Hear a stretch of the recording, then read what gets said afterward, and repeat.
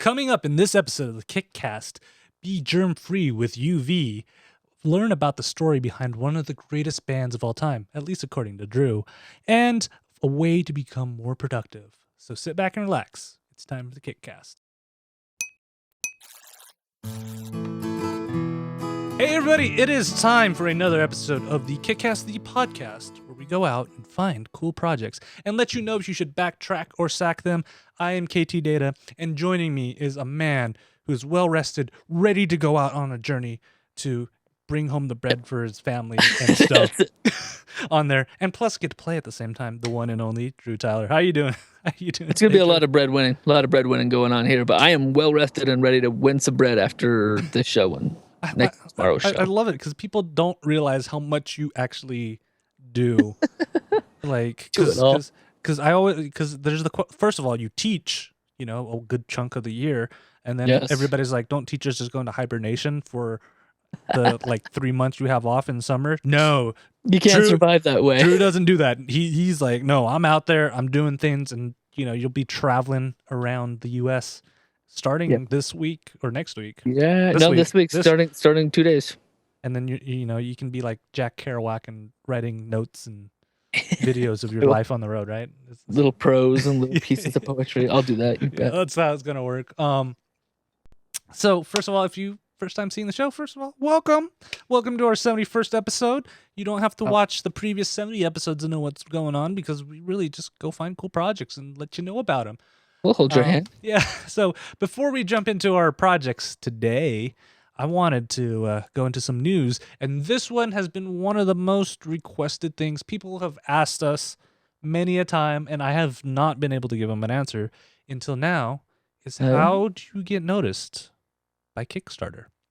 By Kickstarter themselves. Yes, because Kickstarter sends out their daily newsletter that has projects they feature on it. They also have staff picks that they put on the front page. They tweet out projects too, and people are always asking, how do I get noticed by them for them to give me a shout out? Because of course, if it's coming from Kickstarter source, you're getting tons of eyeballs and you have a higher chance of funding on there.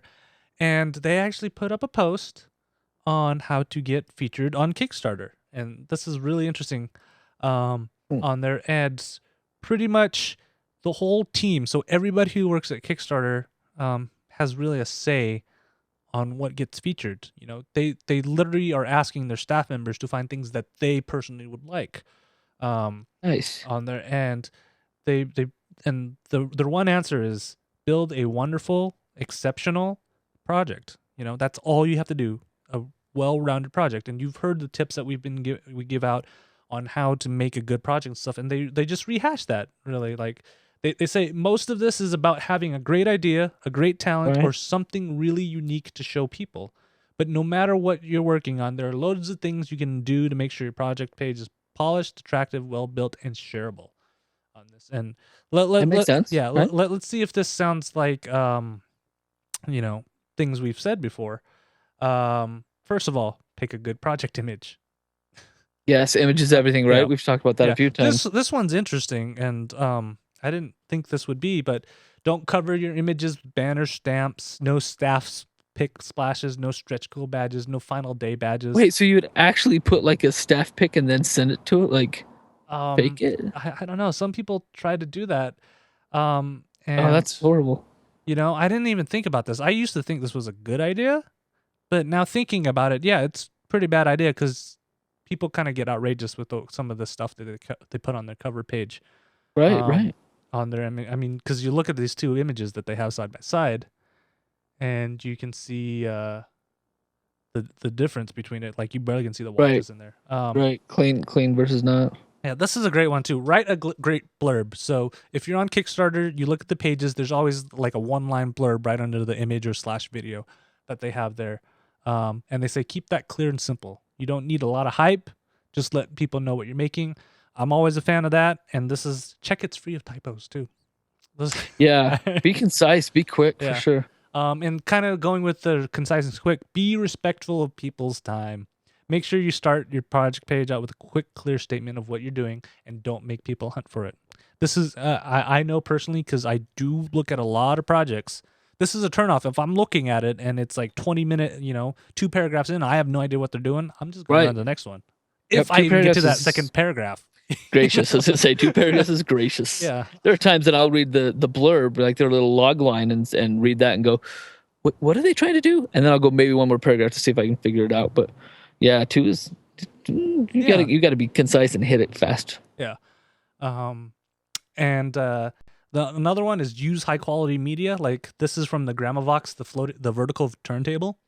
It's an animated GIF of it actually spinning. GIF, whatever. We know what it's supposed to be, but we also know what it feels right on there. So I mean that draws my eyes, especially when you're on social media now, especially these days when Facebook, Twitter, all of them are kind of promoting these. I mean, let's be honest, GIFs have been around since the early days of the internet, but they've been hitting popularity. Yes, they have actually. They've been a lot, like they've come into their own again. Yeah. Yep. On there. And the next one is show your rewards. If you have finished or near finished examples of what you're making, even if it's previous or similar works, get photos of them.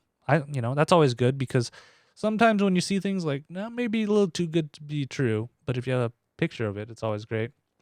Right. The next one, name prototypes and other things, and we've talked about that too. Good, rich media, yeah. Yeah. And then the other one, the last two are remember your audience. Kickstarter's all ages website, so it helps if your main images and text aren't too vulgar or risque.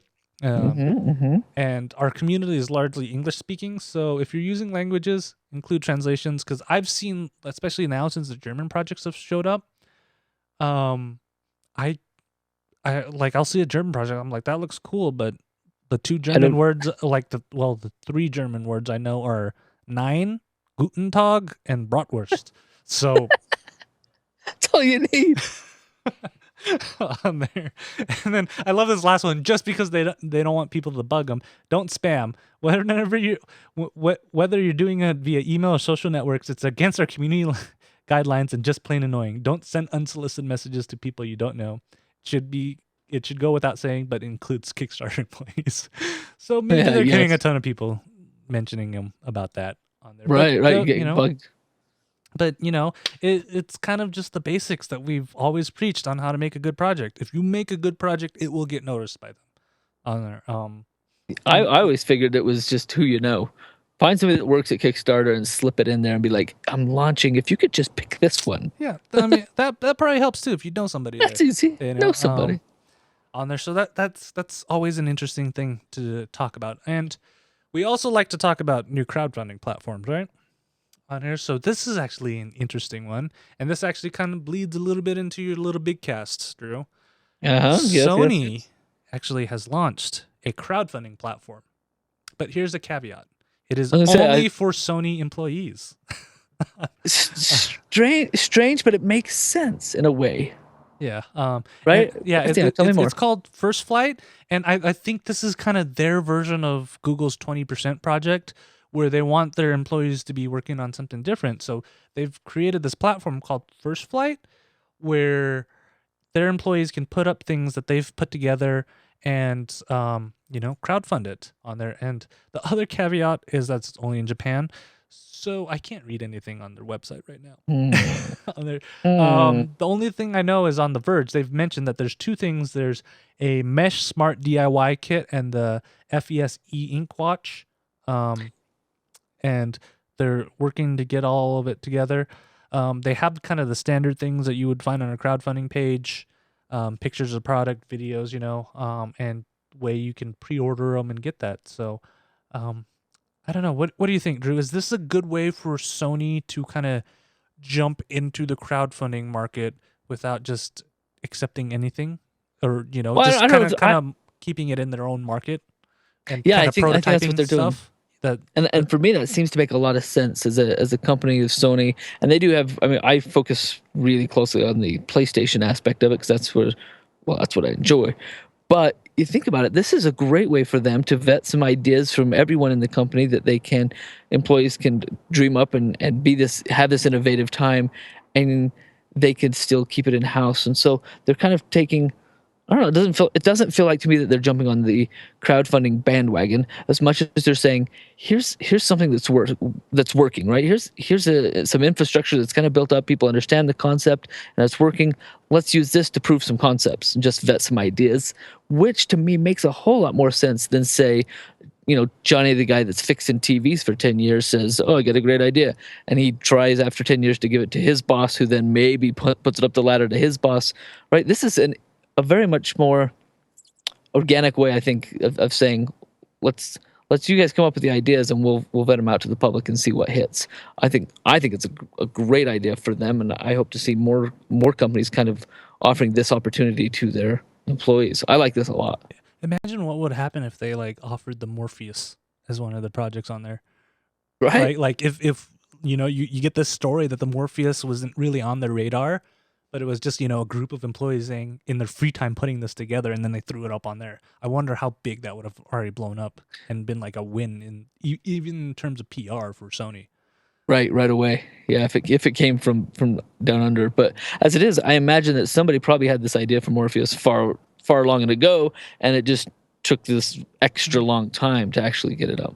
Yeah, I mean, I think we'll see a lot of those, those side projects, because Morpheus probably did start as a side project, and probably Hmm. the Move controllers um, on there, and maybe we'll see a lot of more peripherals coming from Sony that are unconventional. we could Right. say, and Right. seeing it in them kind of testing it out and seeing how it works from there. All right, so this third news item is kind of interesting. We live in a world where manufacturing is globalized now, that you literally could just go to a factory in China and they could design something for you and you could push it out as a real product, right? Right. Easy Uh, enough. so what we're seeing now is that this is kind of bleeding a little bit into the crowdfunding world, where my lower thirds aren't working properly, where you are Fight. where people are actually going to like websites such as Alibaba and stuff, contacting these Chinese manufacturers and then bringing it over as a Kickstarter project on there. But the thing with Alibaba is that they don't, usually they don't sign exclusivity contracts or stuff. You can just buy it straight from them on there. Right. Right. And so Crowdfunding Insider actually has this article about this what would you call it, a gravity board on there, Yeah. Oh where yeah. it's kind of interesting, where you stand on it and you can lean forward and backwards, kind of like It's a Segway without yeah, a handle. yeah, kind of like that. But what they did was they actually looked on Alibaba, and you can get a similar device, which is the top one, this red and black one, straight from the manufacturer for cheaper than what the Indiegogo is asking for them on there, and it's an already existing product, and it's already good to go on there. So So you could so get is this today versus waiting until their timeline is. And they, when asked about this, the website that actually, or the project creators say, well, we're changing kind of some of the covers on it, the paint, and it's a matte finish okay. and stuff like that. And that was after they were asked, or was Yeah, that like after they were explained out? asked. Hmm. And there's actually, they were kind of nasty about it, because the guy who found it um, wrote a comment on their page asking them about it, and then this is the response. Um, Hi, Paolo. We saw your comment. We changed the outer shell to a matte finished and added a carbon fiber shell as well. If you have negative comments, what are you trying to achieve? Are you simply trying to hurt our campaign? If so, for what reason? Are we commenting negative things on yours? We respectfully ask you to keep your negative comments to yourself, and good luck with your campaign. It looks awesome. And then he deleted they deleted the comment and stuff. Oh. And the guy, he responded, the reason why I posted it on your page is that I immediately recognized a product I had personally had a chance to try when I was in Shenzhen and in Hong Kong. That fact alone would not be an issue, but I was curious to see if you improved the product somehow, and I must say that the final claim at the end of the video sounds pretty disturbing. It sounds like you're actually in development phase and that the product is an original design, which clearly isn't true on there. So yeah, he's calling him out and basically Yeah. saying, "You're saying this is yours, and it's obviously not." I mean, because you've been to CES and you go into those, like international market areas on there, you see tons of like unlabeled headphones and Yep. devices, and Yep. drones have been huge as of late now. Yep. And how do you feel about this? If people are just buying them straight from China with not really doing their own R&D and then just almost reselling them on Indiegogo I and guess Kickstarter? it's almost a, I wouldn't say a what do you call that? Oh, I can't even think of the word now. When you have like a trampoline or a pool, like nuisance, attractive nuisance, right? The idea that somebody is eventually it was going to happen at some point. That somebody was going to try and do this eBay style something with something they already get their hands on. I bet this isn't the only one. Obviously, it's not, but I think transparency, and that's what you and I always come back to. Transparency is kind of the key. Had these guys up front said, we want to buy a whole bunch of these that exist and make them better with carbon fiber and new paints and our markings, help us launch our business here with that product there. That's one thing. I think people could get behind that and be like, all right, that sounds good. I'll support that idea. But it sounds like, especially with the response and other things, that they really are saying, we don't want you to know where we got these from. We're gonna buy them. Yeah, yeah. On there, and so like I would. That's again, I think part of due diligence on there, especially if you're getting a lot of what I consider hot items. So like those drones, even some of the bicycles. Like have you seen how many bicycles are out there? Right. I would go check like AliExpress, Alibaba. You don't need an account. You can just go search for bicycle and see if you can find a similar model or not, and kind of determine if they're using that as their base thing or if they're straight out reselling it on there. Right. Right. I think that's probably what it is. A good warning to everybody. Just if it looks familiar, or if you think it could exist already, it probably does. Yep. All right. So let's go into our projects on there. And Drew, I know you love to do a lot of cooking. I do. I love cooking. And then you cover the whole gamut, right? You make your soups, you're making meats, you have vegetables, you have everything. Yeah. On there. Yeah. I spent a day last week with Wags Glenn, our mascot for the LBK show. We spent a whole day cutting. We learned how to cut with a knife properly, and it was awesome. Oh, chop. Isn't that amazing? Like you get a perfectly balanced knife, and then you're using your middle finger kind of to have an edge, and then your ring finger to control it. It was so good. Like it totally changed the way I chop things, because I used to hate chopping things, and like once you learn, it's like fun because you're like just slice. Yep. Cruising through it. But so one of the biggest problems is cleanup, right? I hate cleanup because you don't want to mix your vegetables and your red meats together, because that's how you get sick on there. So right. But then you're using bleach, you're using who knows what's in that spray bottle that you're spraying on there to clean it up.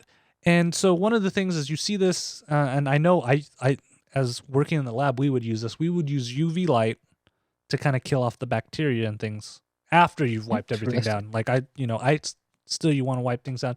So our first project of the night is actually called the UV on there, and it is actually a autonomous robot that actually will go along the surfaces of your whatever your cooking surface area and spread a UV light across it automatically, and it's kind of like a Roomba, but unlike unlike a Roomba though.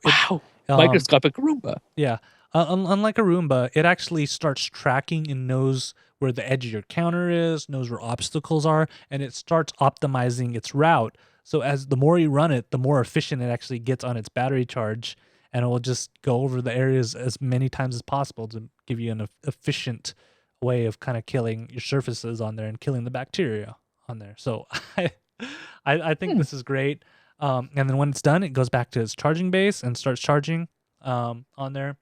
And it has about a 2-hour runtime, takes about 3 hours to charge, and it also has this fallback mode where if you're less than 10%, it goes back to the base to charge automatically. And it's unlikely going to happen because, 2-hour runtime, do you even have a surface where it would take 2 hours for this thing to go over?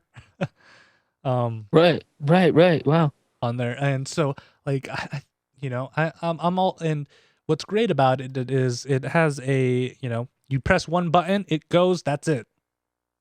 Like, you don't have to worry about anything else. After that, it's all automatic and it runs on its own thing. I don't know, Drew. Does this sound like something that may help you when you're kind of working on things?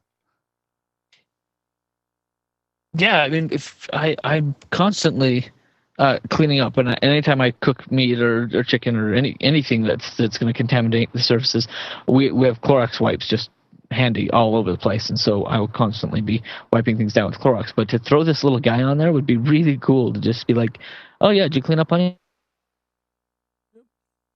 Oh no. That's cool. I like it a lot. Yeah, and it's actually so. What do you think this thing goes for? 300 if it's Roomba style, 300. So this is what's crazy about it is that their retail price is going to be less than $200 if I remember right on their Wow. because right now you can actually get it for 90. Really? Yeah, which is kind of crazy on there. So it's the size of a stack of CDs too, so it's not taking up a lot of room. Right. And then so you of course I highly recommend you give your surfaces a quick wipe because it's not going to take off like surface debris and stuff like that. Right. It's not picking up carrot chips. Yeah. But this seems like a great way to kind of just sanitize your surfaces and stuff on there, and it seems like a reasonable amount, and it's not going to cost you too much because I mean those Roombas, as much as Right. those it seems like a good idea. They actually require a lot of maintenance and they're kind of pricey. They're very pricey, surprisingly pricey. This is not bad then. If you can get the early bird, and it looks like they're about over halfway to their goal. Still got a month to go. There's a good chance that this thing's gonna hit. So, wow, at that price, you almost have to do it. Yeah, on there. It's a back for me. Yeah, I love it, and I love how it does the edge detection and its objects detection, so it knows to avoid things, and you don't have to program it. And it's really just press a button and it takes care of the rest. That's great. I think that's such a great idea. And what's smart about it is because I know you have kids and they like to play with things, and shining a UV light into their eyes is not the greatest idea. Is if you tilt it more than I think 15 degrees, it turns off the UV light, and then once you put it back down, it resumes its cycle on there. So that's gonna keep your kids from screwing up their vision. As soon as the show's over, I'm going to show this to Peach, and she's going to back it for me. On there. All right. So our next project on there, before I turn it to you, Drew, I just had to play this because this is one of these songs that people know on there. Yes, do.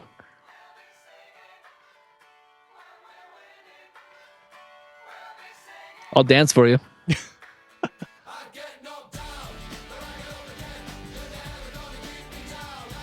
All right, and I wonder how many people have no idea what this is.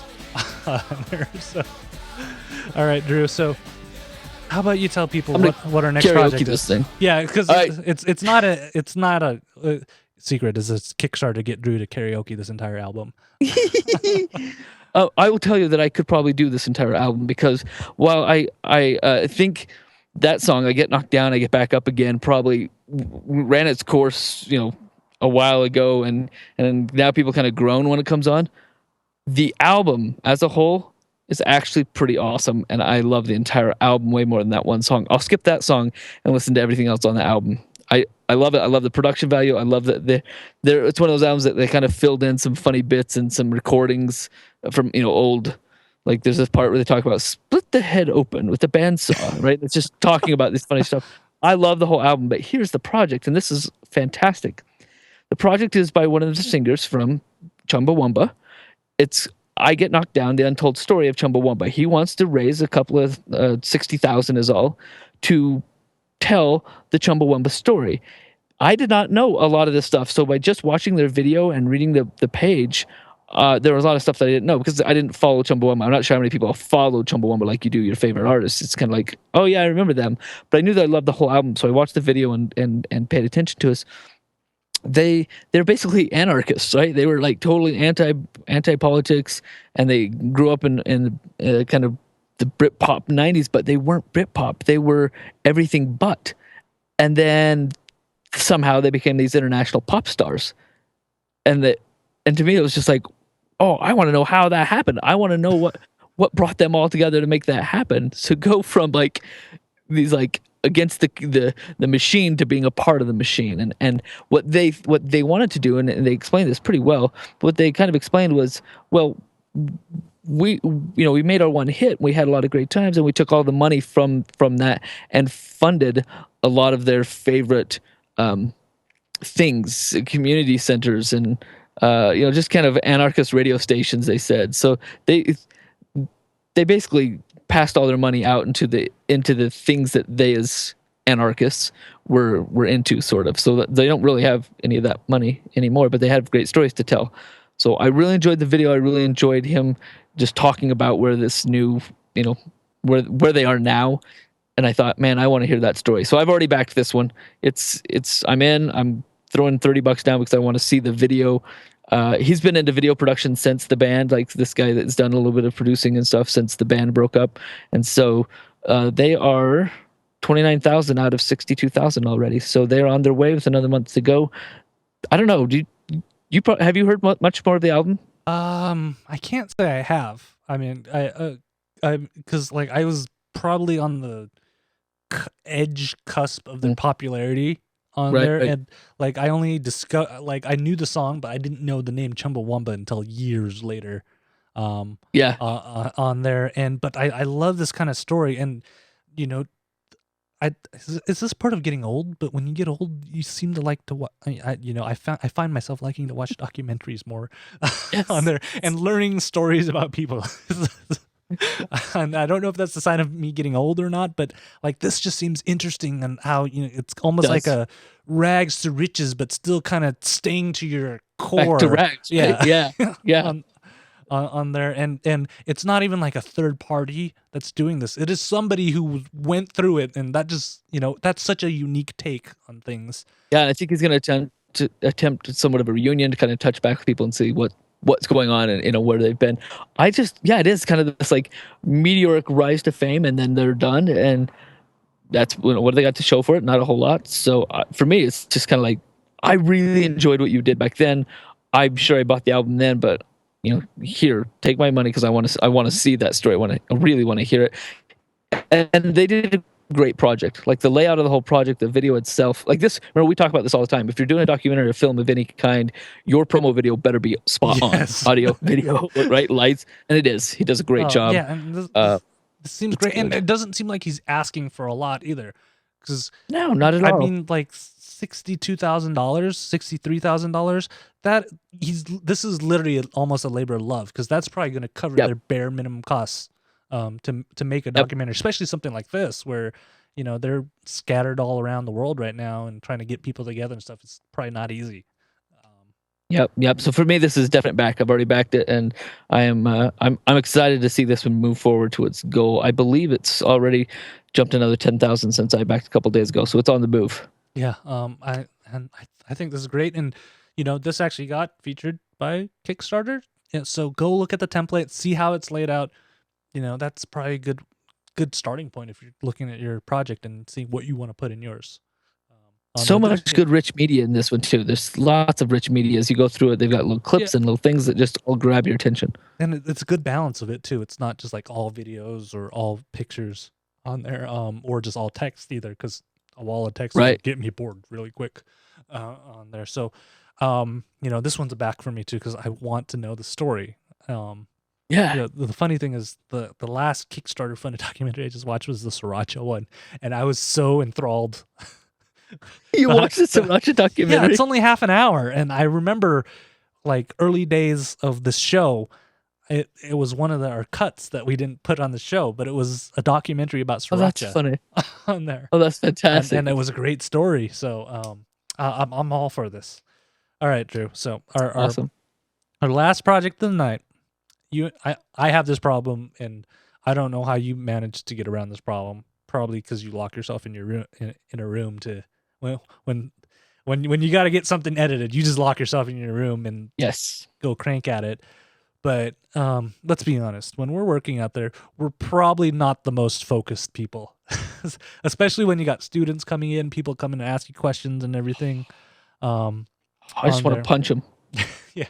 Leave me alone. I'm working. Yeah. So our last project tries to solve this. It's called The Saint, and it is a software and hardware combo that is designed to kind of keep you more focused on doing your project. And the way it works is there's two parts for it. There's a hardware button where you can actually press the button to start the software, and you really don't need the button, but they want to put that button there because it starts giving you a Pavlovian response. It's kind of like that shocking wristband on there. But this, you hit the button and you're training yourself saying, hey, when I hit this button for the next 20 to 60 minutes, I'm going to be focused on this one thing, kind of do that one thing. So that's why they have the button on there. And the software component on there, you predefine a list. So in our case, it would be, Final Cut and probably Google Docs, so we can pull out our notes and stuff while we're editing on there.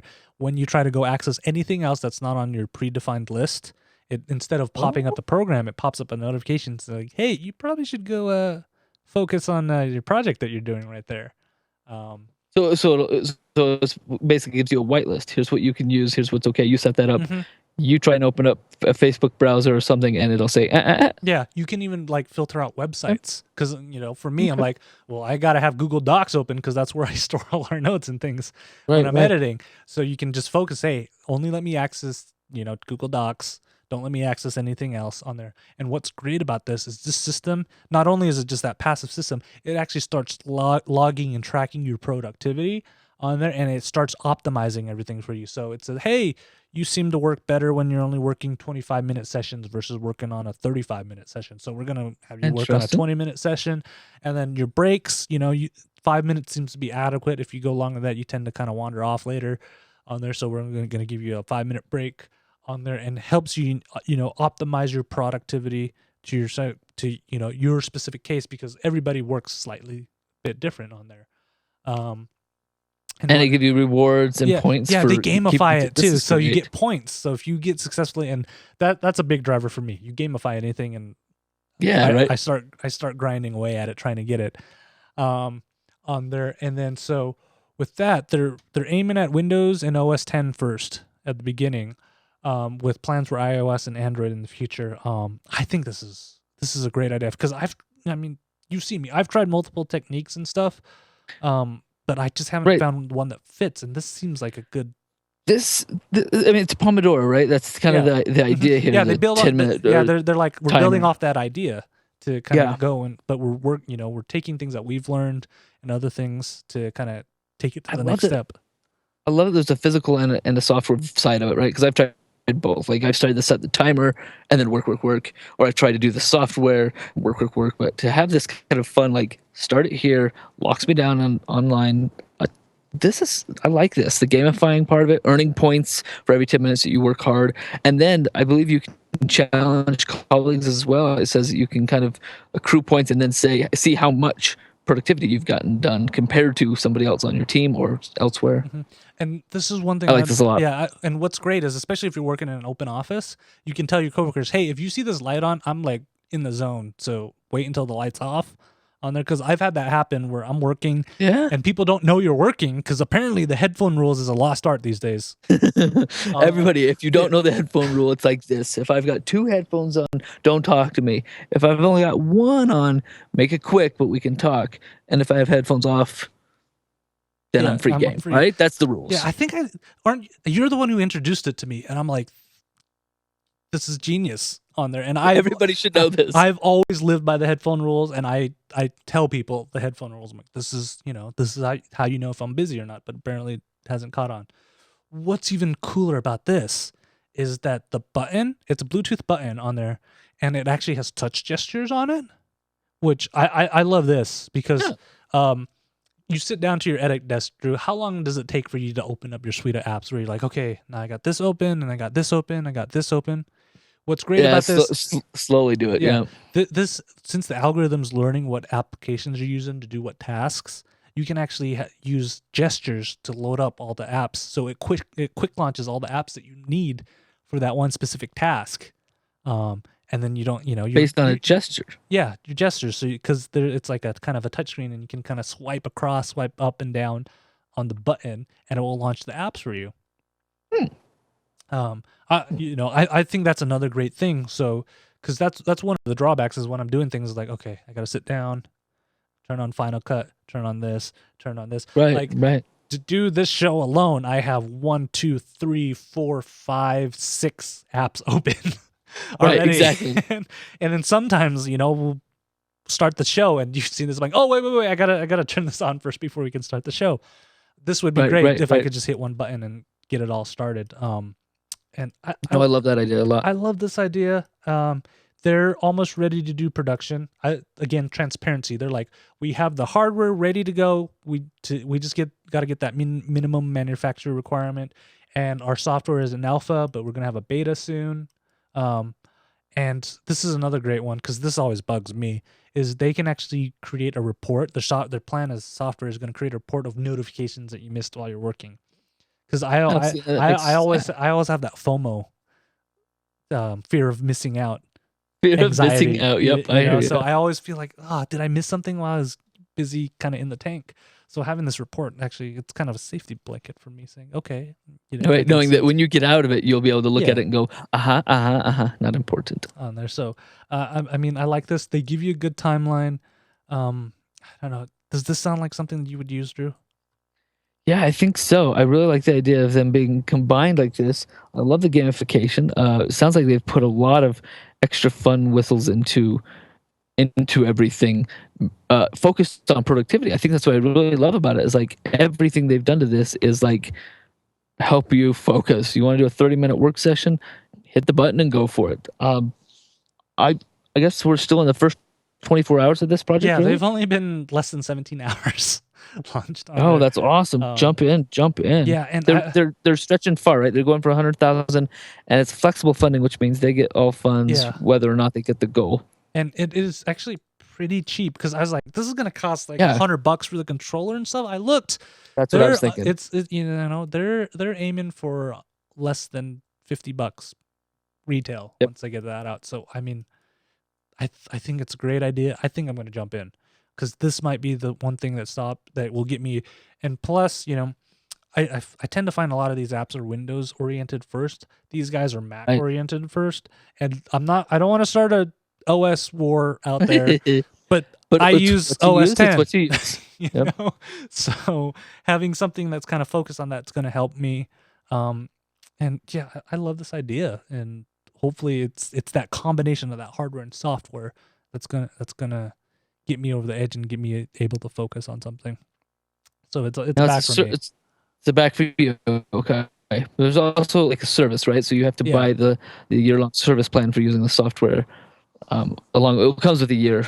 Yeah, that's the one thing that kind of turns me off on there. But I think the service ends up being, what was it, like $29 a year or something. If it's making me more productive, I think it's worth every penny. On there. Right. We'll find out in the first year. Yeah. Yeah. No, I'm back on this one. I think it's a brilliant idea. It's kind of a fun way to upgrade the Pomodoro technique to the 2015s. Yeah. I love it. All right, Drew. Now it is time for our Sack of the Week. And we got some good ones. So this one, all I can say is to be determined. Like, I mean, that's what caught my eye. Is I was going by, the image is, a picture of a white book. It says TBD. Everything is to be determined. And I was like, what? It's listed under book anthologies for some odd reason. And the only thing that I can think of is, if you look at the URL, it says farewell and other salutations, Mr. Obama. So my guess Which is a fantastic title. Yeah. They should run with that. Yeah. My guess is Patrick Steele has not been a fan of President Obama's, policies and practices in his tenure. And this is kind of his way of, peace, so long, and thanks for the fish kind of thing. I'm not gonna get political, but it looks like he's not that much of a fan, or he could be a fan on there. Or he had a real quick change of heart because he got the URL because he launched the project, but he's changed the title to TBD because he's trying to decide maybe Donald Trump isn't his horse. Maybe he's going to back off and try something else. So the fact that he's just TBD on everything, it's like, you fired the gun. You're already in the gate. You can't You can't have a non-idea. And if you're having cold feet, just cancel the project. But he still has this going. And he wants $10,000, and obviously, I'm not. I mean, I wouldn't back this because I don't know what it's gonna go for. It'd be funny just to mess with him. Let's just throw a couple of grand at him and be like, "Hey, man, I really hope that you get whatever it is that you're making." Like, yeah, I want to know the mystery of what you're determining. Boy, it's like he didn't know that he was launching. It was almost like he's filling out the template and being like, "Yeah, this will be fun." Yeah, you're live, man. You're live. This is my suggestion. Don't fill out a Kickstarter project creation form when you're under the influence of some substance. That would be most of our sacks, I think. Oh gosh, that's so fun. But yeah, well, we talked about another sack that was the plaid t-shirt guy, a guy that said, "I want to put t-shirts with plaid." Yes. And we both looked at that and went, "That's been done a lot. Yeah, you don't need $1 million to make a plaid t-shirt." So yes, don't make projects under the influence, friends. On there, so think them out. Yeah, think about the kids. Think about the kids. Yeah. All right, and so that is actually the end of the show on there. If you have suggestions for projects you would like us to feature, please send us an email at kickcast@ktdata.net or leave it on our Facebook page, facebook.com/kickcast, or you can tweet us because Drew and I are very prolific tweeters. Night 20 for that beautiful man over there. That beautiful man over there. At KTData for myself or at KickCast for the show on there. And of course, all those social media outlets are great places to kind of help vote for our third project. That Saint project was actually voted by you guys on there. I had some other interesting ones like adding LED lights to your shoes so you could, and it's motion sense, so they would light up depending on how hard you're walking and stuff.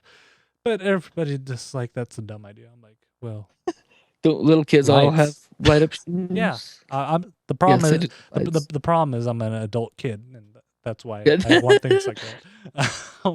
Of course, and if you're like, hey, I want to go back TBD, I have a lot of disposable income, and $10,000 it seems like it would go a long way. Just head on over to kickcast.net and look in our show notes. You can go and back that. We'll get you right there. Of course, our next episode we record every 2 weeks. We love it when you guys watch live. Thank you for all the people who stopped by and watched live. Our next episode's July 21st, 2015. And I'll be back from traveling the world. You'll be back traveling the world. I will be a year older, but none the wiser, on there. And, we're going to find some cool projects. We always do. Drew, do you got anything to plug before we go? No, same old. Catch me every Wednesday at 4:00 Mountain Time doing the live Little Big Cast where we just chat on Twitch and talk about video games. In fact, I'm looking at video games right now that I want to be a part of. So that's where you can find me when I'm not crowdfunding. All right, guys. Thank you so much, and we'll see you in 2 weeks.